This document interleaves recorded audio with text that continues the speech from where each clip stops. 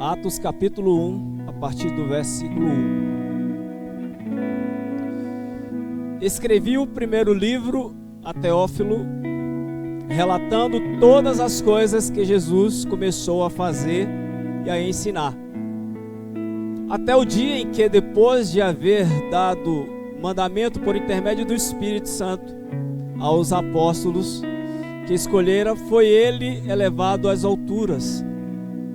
A este também, depois de ter padecido, se apresentou vivo com muitas provas incontestáveis, apresentando-lhe durante 40 dias e falando das coisas concernentes ao reino de Deus. E comendo com eles, determinou-lhes que não se ausentasse de Jerusalém, mas que esperasse a promessa do Pai, ao qual disse ele: de mim ouviste. Porque João, na verdade, batizou com água, mas vós sereis batizados com o Espírito Santo, não muito tempo depois desses dias. Então, os que estavam reunidos lhe perguntaram: Senhor, será este o tempo em que restauras o reino de Israel? Respondeu-lhes: não vos compete conhecer tempos ou épocas que o Pai reservou pela sua exclusiva autoridade. Mas recebereis poder ao descer sobre vós o Espírito Santo. Sereis minhas testemunhas, tanto em Jerusalém como em toda a Judéia, Samaria e até os confins da terra. Dita estas palavras, foi Jesus elevado às alturas à vista deles, e uma nuvem o encobriu dos seus olhos. E estando eles com os olhos fitos no céu, enquanto Jesus subia, eis que 2 varões, vestidos de branco, se puseram ao lado deles, e lhes disseram: varões galileus, por que estáis olhando para as alturas? Esse Jesus que dentre vós foi assunto ao céu, virá do modo como viste subir. Então voltaram para Jerusalém, no monte chamado Olival, que dista daquela cidade tanto como a jornada de um sábado. Enquanto ali entraram, subiram para o cenáculo, onde se reuniram Pedro, João, Tiago, André, Filipe, Tomé, Bartolomeu, Mateus, Tiago, filho de Alfeu, Simão Zelote e Judas, filho de Tiago. E todos eles perseveraram unânime em oração com as mulheres, com Maria, a mãe de Jesus, e com os irmãos deles. Quando eu estava lendo esse texto, irmãos, eu fiquei pensando de como ser igreja é um privilégio, de como pertencer a essa instituição que nós chamamos de igreja é o privilégio que temos de não falarmos de nós mesmos, mas de falar de Cristo. O livro de Atos é um livro que ele está falando diretamente para a igreja. É um livro que ela dá continuação das coisas que Jesus fez e tudo aquilo que Jesus ensinou. Por isso que o livro de Atos ele tem uma relação com a gente, conosco, de que há uma responsabilidade nossa de, como igreja, continuar testemunhando de Jesus. O livro de Atos chama Atos, ou alguns dizem os Atos dos Apóstolos. Eu queria dizer que esse livro é o Atos de um Cristo ressuscitado. Porque o livro de Atos nada mais é de que testemunhar de Jesus. E nós, como igreja, nós temos o privilégio de testemunhar de Jesus quando nós falamos daquilo que Ele fez em nós. O livro de Atos foi escrito para um homem chamado Teófilo. No livro de Lucas, capítulo 1, deixa aí marcado aí na sua Bíblia, o Atos. Vamos lá em Lucas, capítulo 1, para a gente entender porque Lucas escreveu esse livro para esse homem. Lucas capítulo 1 diz assim: visto que muitos houve que empreenderam uma narração coordenada dos fatos que entre nós se realizaram, conforme nos transmitiram desde o princípio foram deles testemunhas oculares e ministro da palavra. Igualmente a mim me pareceu bem, depois de acurada a investigação de tudo, desde sua origem, dar-te por escrito, excelentíssimo Teófilo, uma exposição em ordem, para que tenhas plena certeza das verdades em que foste instruído. Podemos ir embora, né? Lucas se põe à disposição não só de narrar, porque os 4 evangelhos, ele vai narrar das coisas que Jesus fez e ensinou. Se você pegar os evangelhos, você vai ver que os evangelhos vai falar de tudo aquilo que Jesus fez, desde o início da sua missão, aos 30 anos, e durante os 3 anos de ministério de Jesus, os evangelhos vai falar do que Cristo fez e ensinou. E aqui Lucas fala que ele se coloca à disposição, sabendo que Teófilo havia ou teria sido instruído por pessoas que falaram a respeito de Cristo, mas que não foram as testemunhas oculares. E Lucas, como testemunha ocular de Jesus, ele faz questão de investigar se realmente aquilo que as pessoas tinham falado para Teófilo era realmente aquilo que eles vivenciaram a respeito de Jesus. Eu acredito que o fato de Lucas ter escrito a Teófilo foi unicamente para que Teófilo obtesse o testemunho de Jesus, de uma fé consciente e de uma certeza consciente. Nós, como cristãos, nós não fomos testemunhas oculares de Jesus. A gente não andou com Jesus. Mas se alguém perguntar assim, o que é que Jesus fez na sua vida? Nós podemos afirmar o que Cristo fez na nossa vida. E a igreja tem a oportunidade de testemunhar de um Cristo ressurrecto. Nós estamos falando da Páscoa. Páscoa fala de morte e ressurreição de Cristo. Um dia eu estava morto e hoje eu vivo. Um dia nós estávamos mortos e hoje nós vivemos. Porque alguém continuou falando das coisas que Jesus fez e ensinou. Eu fico maravilhado, irmãos. Porque para que eu ouvisse de Jesus, ou a respeito de Jesus, alguém se dispôs a falar das coisas que Jesus fez. Eu jamais teria conhecido de Jesus se alguém não tivesse relatado o amor dele por mim. A primeira vez que eu recebi o evangelho, eu já falei aqui algumas vezes, eu gosto de repetir,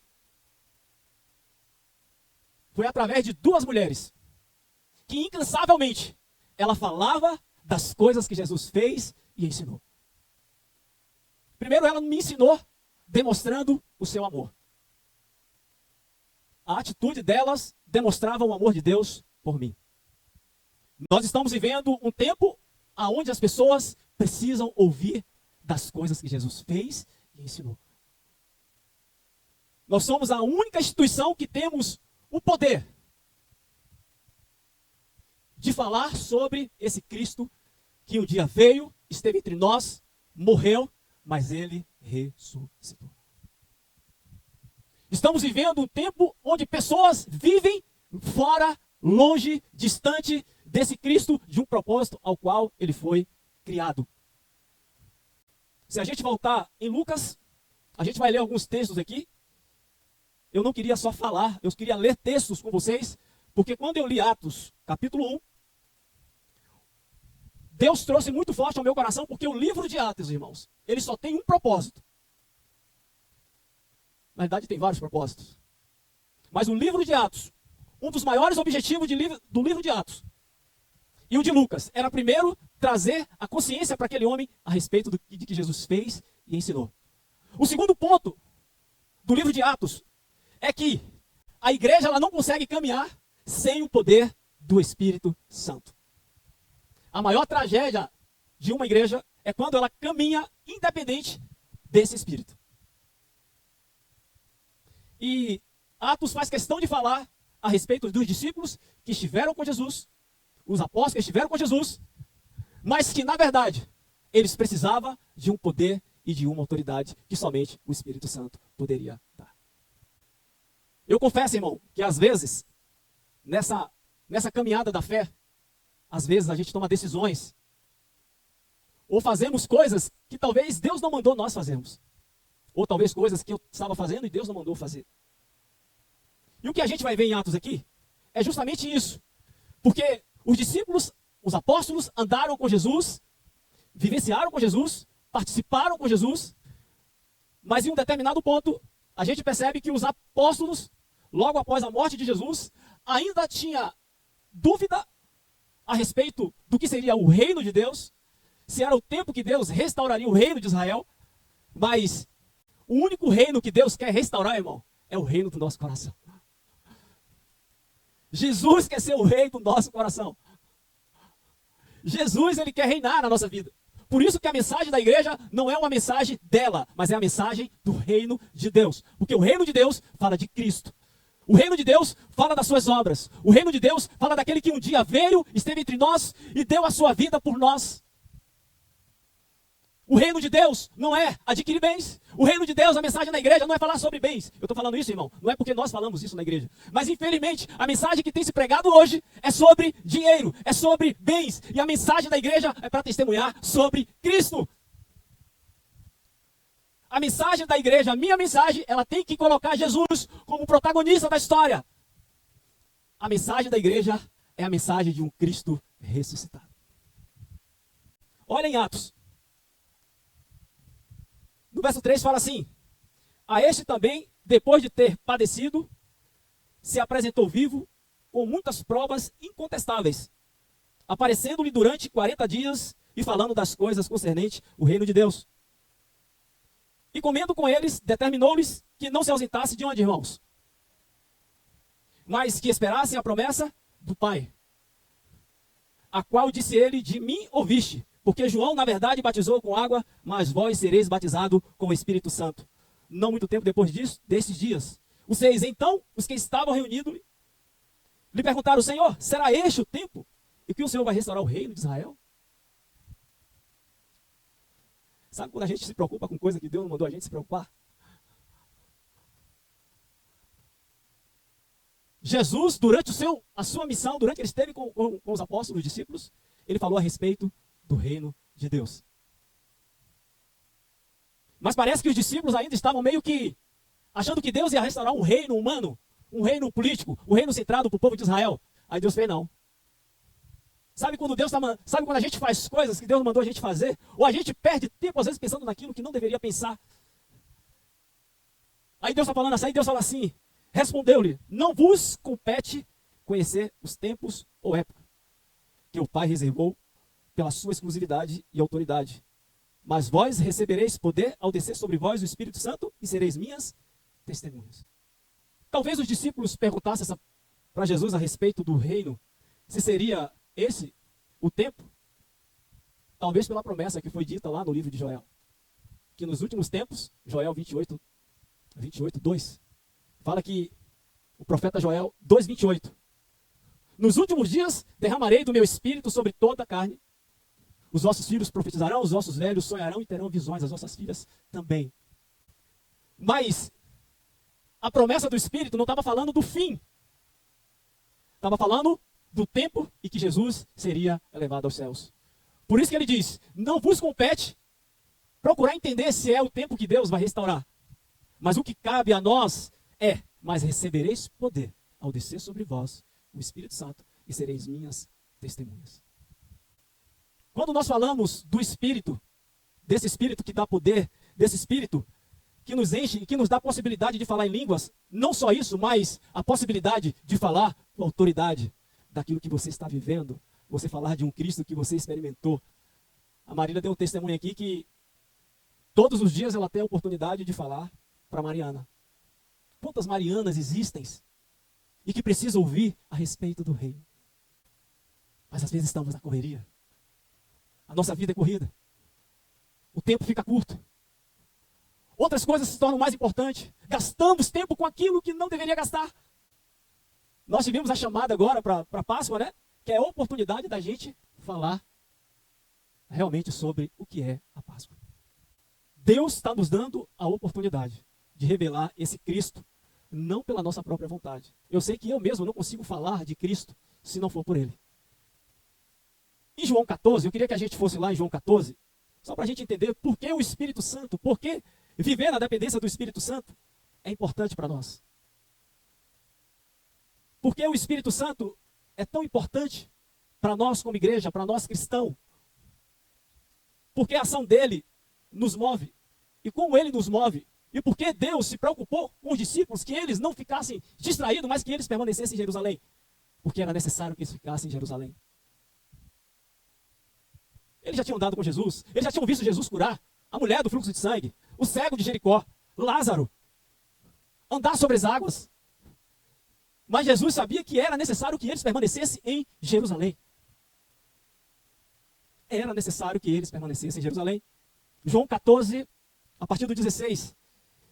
E eu rogarei ao Pai, e Ele vos dará um outro Consolador, a fim de que esteja para sempre com quem? E o Espírito da verdade, que o mundo não pode dar, não pode receber, porque não vê e não o conhece. Vós o conheceis, porque Ele habita convosco e está em vós. Às vezes, irmão, a gente perde a noção desse Espírito Santo que habita em nós.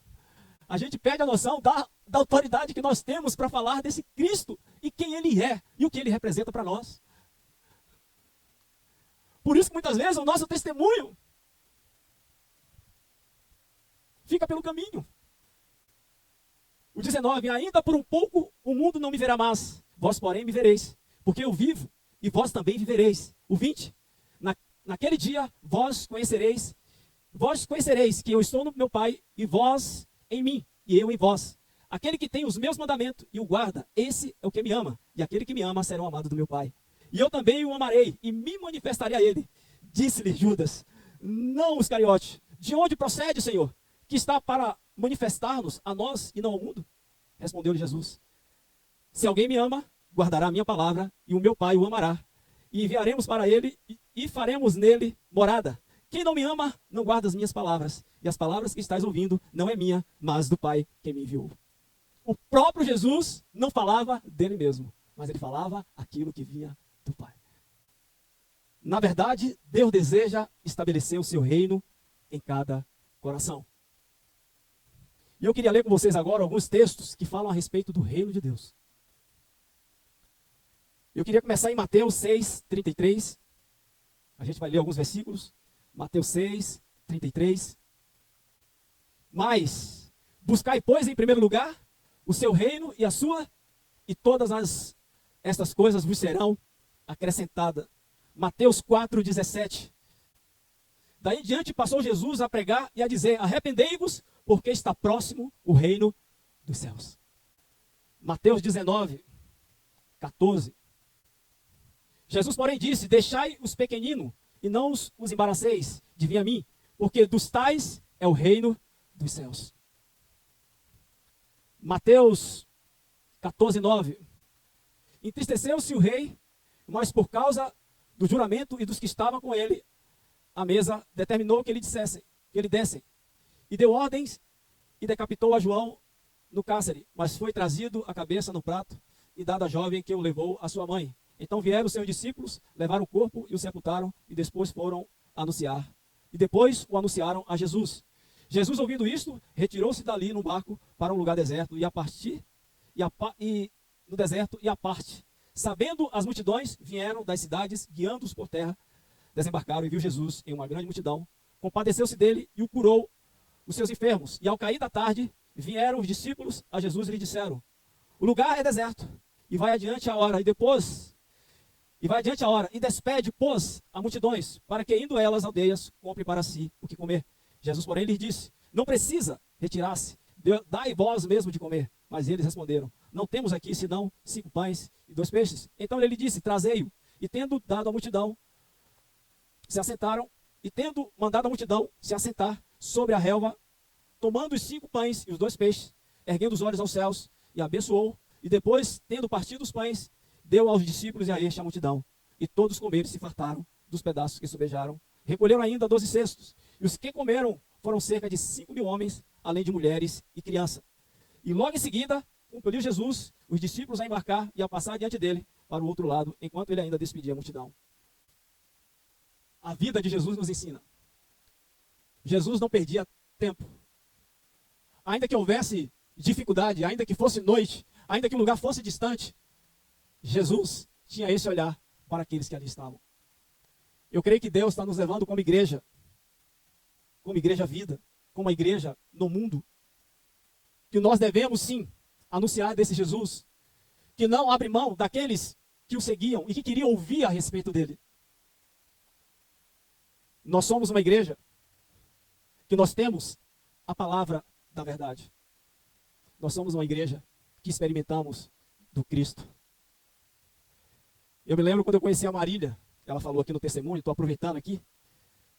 E a Marília, quando eu a vi pela primeira vez, eu até me lembrei de um texto lá em Provérbios, que diz que aquele que encontra a mulher encontra o favor. E de fato Deus foi muito generoso comigo, ele me deu muito além do que eu esperava. Porque eu encontrei a Marília justamente não só a Marília, existia um ministério chamado Resed aqui na igreja. E o ministério Resed era um ministério que ia para as ruas, que anunciavam Jesus, que gostava de partilhar de Jesus. E além da Marília, tinha muitos jovens ali na época. E eu me lembro que eu vi a Marília de costa, irmão. E Deus falou para mim, é a sua esposa. E eu louvo a Deus, porque o tempo passou. O tempo passou. E a forma como a igreja me acolheu, eu não tinha dúvida de que era Marília. E que juntos, a gente poderia sim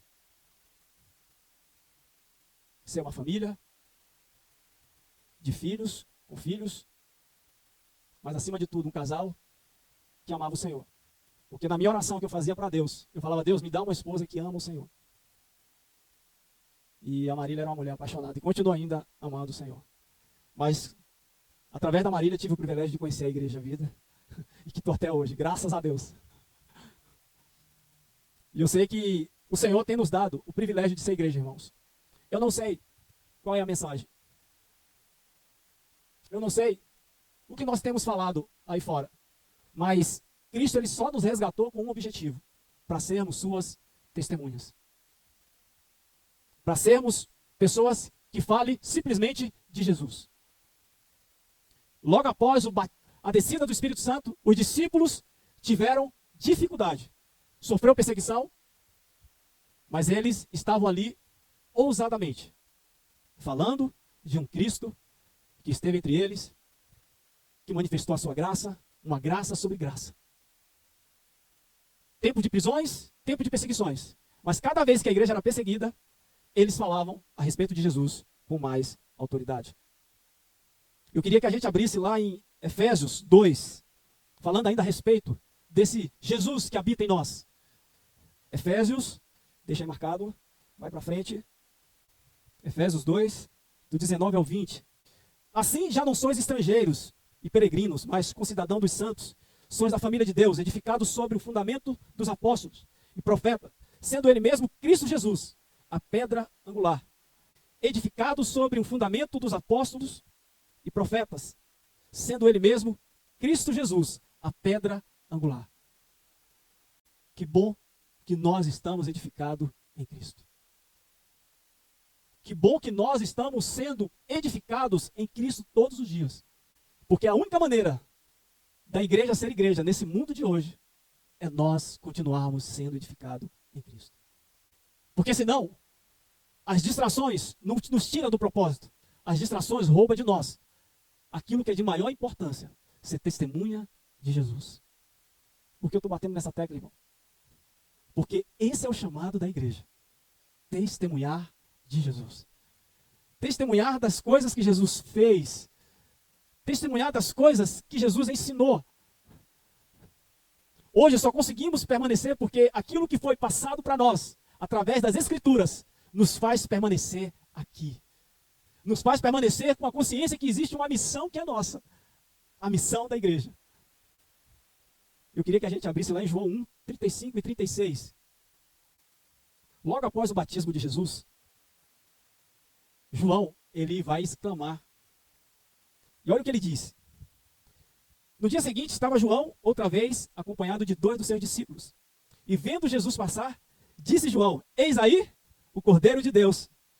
E os 2 discípulos, ouvindo dizer isso, o seguiram. Eis aí o Cordeiro de Deus. E Jesus, voltando-se e vendo que os seguiam, disse, que buscais? Disseram eles, Rabi, que quer dizer mestre, onde assistes? Respondeu-lhes, vinde e vede. E foram, pois, e viram onde Jesus estava morando e ficaram com ele aquele dia, sendo mais ou menos a hora 10ª. Ora, André, irmão de Simão, Pedro e um dos 2 que tinha ouvido o testemunho de João, o seguindo Jesus.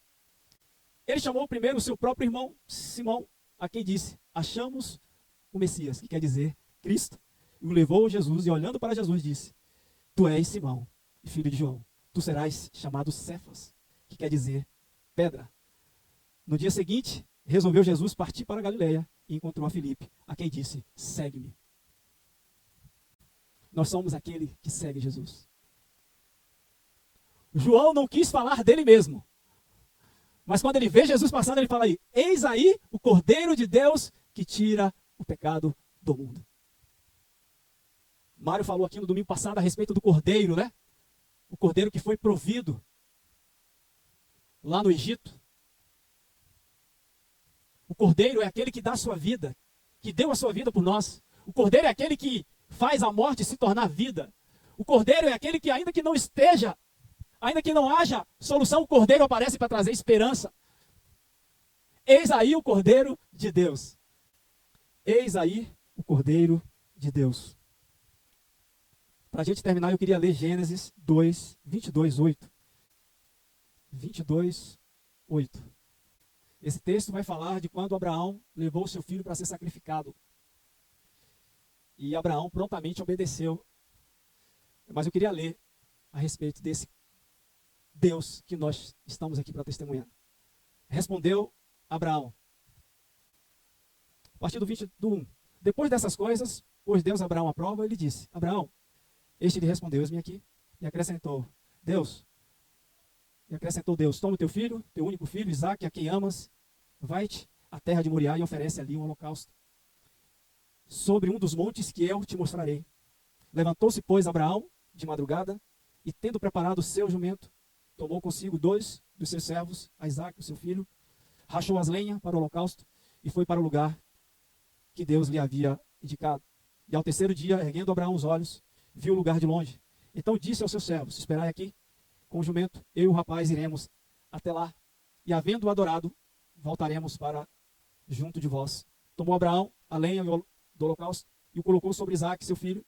Ele, porém, levava nas mãos um fogo e um cutelo. Assim caminhavam ambos juntos. Quando Isaque disse a Abraão, meu pai, respondeu Abraão, eis aqui, meu filho, respondeu-lhe Isaque. Eis que o fogo e a linha, mas onde está o cordeiro para o holocausto? Respondeu Abraão, Deus proverá. Para si, meu filho, e o cordeiro para o holocausto.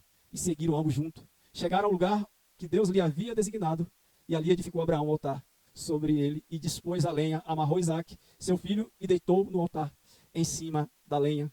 E estendendo a mão, tomou o cutelo para imolar o filho, mas o céu lhe bradou, e o anjo do Senhor, Abraão, Abraão, e ele respondeu, eis-me aqui.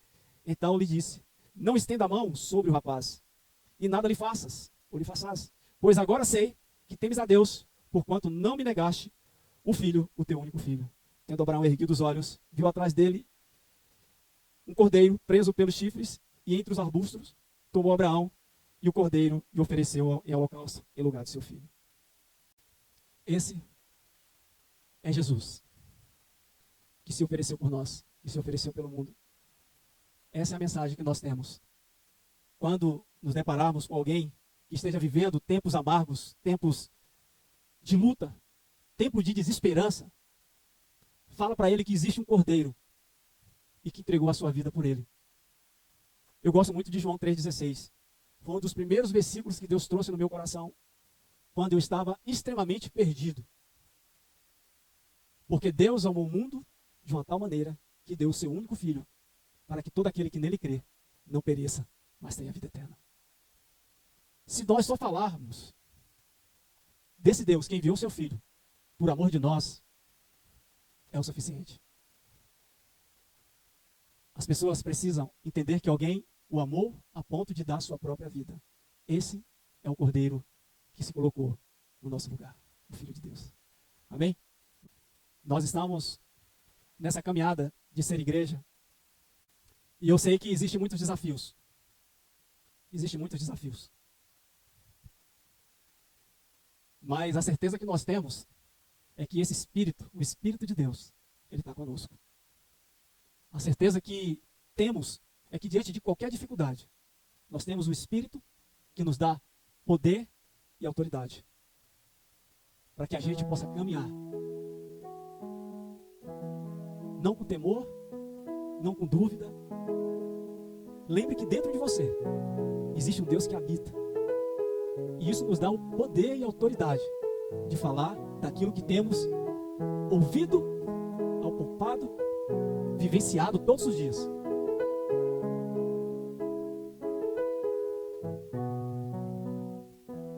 Quinta-feira eu estava vendo um vídeo. Ele estava falando sobre o Ronaldinho Gaúcho. Ele estava no estádio e todo o estádio se levantou, só faltou se prostrar diante do Ronaldinho Gaúcho. Ele foi um excelente jogador? Foi. Ele fez belíssimas jogadas. E aí lá estava assim, 4 aparições de Ronaldinho Gaúcho que chocou o mundo. Você sabe qual foi a aparição que chocou o mundo, irmão? Foi Jesus ter ressuscitado. Se existe aparição que chocou o mundo e que choca o mundo até hoje, e que muitos duvidam de que Jesus ressuscitou, foi Jesus ter ressuscitado. Essa aparição, sim, irmãos, ela chocou e choca o mundo. Por isso que quando nós falamos desse Jesus que morreu, mas que hoje vive, irmãos, isso é como uma bomba, isso é como uma tocha no coração. Porque nós não estamos falando de um homem, nós estamos falando do Cordeiro de Deus, o Filho de Deus. Jesus é o seu nome. Nós estamos falando de um Jesus que foram lá no sepulcro, mas ele não estava. Nós falamos de um Jesus que eles ficaram olhando para o céu, achando que agora, e agora? Esse Jesus. Depois você lê em João, no capítulo 20 de João, vai falar dos discípulos, porque logo após a morte de Jesus e a ressurreição, Jesus faz algumas aparições para os discípulos. E sabe onde os discípulos estavam, irmãos? Pescando. Pescando, irmão. Voltaram a pescar. Jesus falou: o que vocês estão fazendo aí? Ficar em Jerusalém. Permanecer em Jerusalém. Eu quero alcançar. Existem povos que eu quero alcançar. Não só Jerusalém, mas a Samaria, a Judeia e até as extremidades do mundo. Mas por um momento os discípulos voltaram para o barco, irmão. E o texto fala que eles não apanharam nada. E Jesus aparece e fala assim: olha, lança a rede. Lança a rede. E eles obedeceram, irmãos. Era Jesus mais outra vez mostrando os seus sinais. Era Jesus mais uma vez se revelando aos discípulos quem ele era. Pai, obrigado, Senhor. Obrigado, Senhor, por essa noite. Obrigado por sermos igreja, Senhor. Toma o meu coração, Senhor. Toma a minha casa, Senhor. Toma a minha família, Senhor. Toma cada família aqui nesse lugar, Senhor. Quando nós pensarmos, Deus, em pensar em alguma coisa que não seja o teu reino, Senhor, que o Senhor nos traga de volta, Senhor. Traz o nosso coração. Nós queremos sim, Deus, falar para as pessoas: eis aí o Cordeiro de Deus. Ele te ama, Ele se importa com você, Ele morreu por você, Ele está vivo. Que essa seja a nossa mensagem, Senhor, a mensagem do Cristo ressuscitado. Por isso nós te louvamos, Senhor. Te louvamos, Jesus. Te louvamos, Jesus.